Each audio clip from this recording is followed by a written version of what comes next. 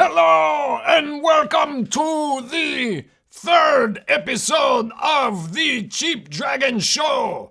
My name is Frugalmax and I am the Cheap Dragon. Says right there. Anyway, you know how adventurers are always finding themselves in dark tunnels, caverns, dungeons, those sorts of places? You might be wondering, how do we represent these things on the tabletop? Well, you could transport yourself back to the mid-90s and buy a game that has these nice dungeon tiles for a reasonable price. Or you could print out some PDFs, stick them on cardboard, or buy a game mat or something like that. But what if you want something with a bit more three-dimensionality? You don't just want it printed on there. You could buy some fancy, expensive pre-made dungeons or things that come on plastic sprue and paint them up and then they have to click together and that sort of thing. But today on the Cheap Dragon Show, we are going to show you how to make cheap dungeon tiles for games. Or, to decorate your dining room or whatever. I'm not going to tell you what to do with your stuff. You do your thing. Let's watch. Okay, so we're going to try and make some cheap dungeon tiles here. And we're going to use these foam hexes that have a thin layer of cork on them that are made by 3M. 3M, a small family-owned business operated out of a garage somewhere in Middle America, I'm sure. Though I think nowadays these are not sold under the 3M brand. I think it's under like U-Line or something like that. U-Haul. No, that's a different thing. Anyway, you type in foam hex with cork and you'll get some options. What we're doing is splitting them into hex tiles that have rough spaces. You see that not every space is going to be exactly equal. His other job is as a brain surgeon. It's not like you need to be exact, just in the neighborhood is okay. If you're here, you can go to 1, 2, 3, 4, 5, 6 Good other counting. spaces. And even though this space is not drawn as a hexagon, it still does border 1, 2, 3, 4, Wait, 5, oh no. 6. Oh good, you just made it to 6. So I'm just starting with just a thick soft lead pencil to make the marks. Get back to work! See how this goes. Move faster! The reason I like the thin layer of cork is that it has a bit of friction to it. Miniature bases don't slide around on it. It can be dry brushed. It could just be left to look brown rock or soil. And there we go. Our not perfect hex tiles. You could just go with that. Yes, you could stop right there, but we promised the people three-dimensionality. Add some bumpiness. Alright, so now I'm going to try and get a little texture in them by cutting just a little bit into the surface of the foam. I think that little bit of extra depth will make it look better. Okay, so here we have the 3 boards after the lines have been carved out of them. So next I'm going to paint them sort of a stonish color, gray. Wow, painting the rocks gray. Where does he get these ideas? Issue often with painting or putting glue on anything that's kind of soft like this is that it might warp. So I'm going to try to put push pins around here and just have a heavy thing, board or book or something down on it while the paint dries. So we'll see how that goes. It's always good to see the cheap paints make an appearance. We'd ask them for a sponsorship, but they're barely solvent. That's some chemistry humor for you there.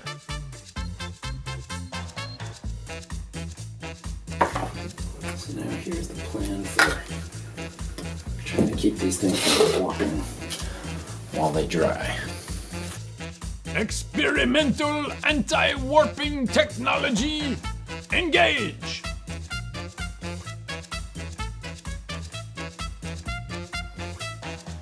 Okay, here we go again. It's been a day.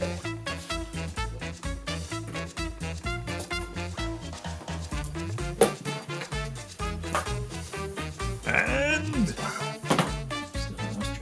failure! Actually, it seems okay. It's just that the paint doesn't dry when not exposed to much air movement. What I want to work on is dry brushing some gray on there. So then what you do is you get some of the paint on your brush. You don't need a lot. And you take your, over the cardboard so we don't get it on the floor, take your paper and just wipe. Is that good? Yeah, we could even do it on the sides here, just to try and get a lot of that paint off. And then what you do is very lightly, you just go over it. You're not pushing down at all. You're just going very lightly over this. Ah, the mystical art of dry brushing.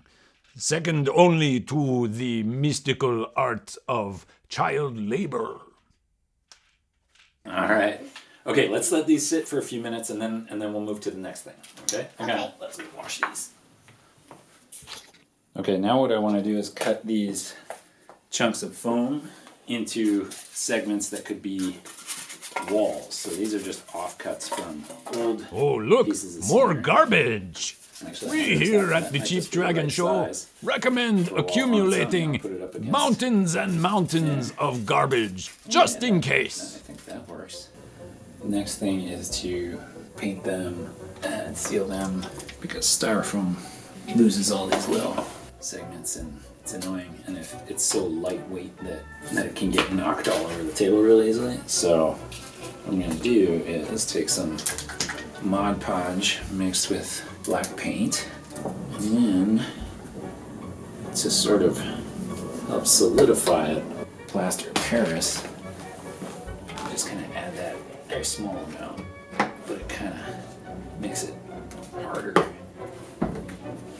Okay, so now we have all of the pieces, but how does it hold up under the pressures of real-life nerds? Let's see. What is this? Drone footage? It looks out of focus! Great!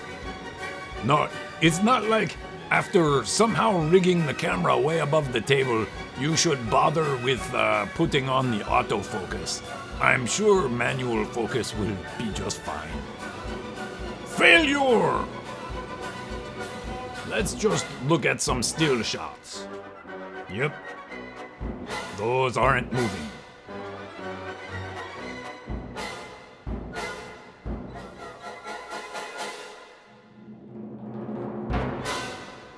Anyway, there you have it.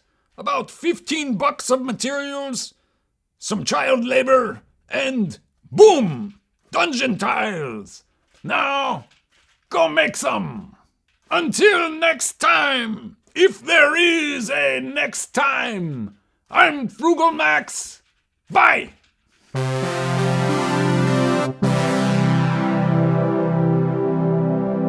Could someone fix my hair, please? It's in my eye. Ow! You poked me in the eye, but that's okay. All right. Here we go, starting over.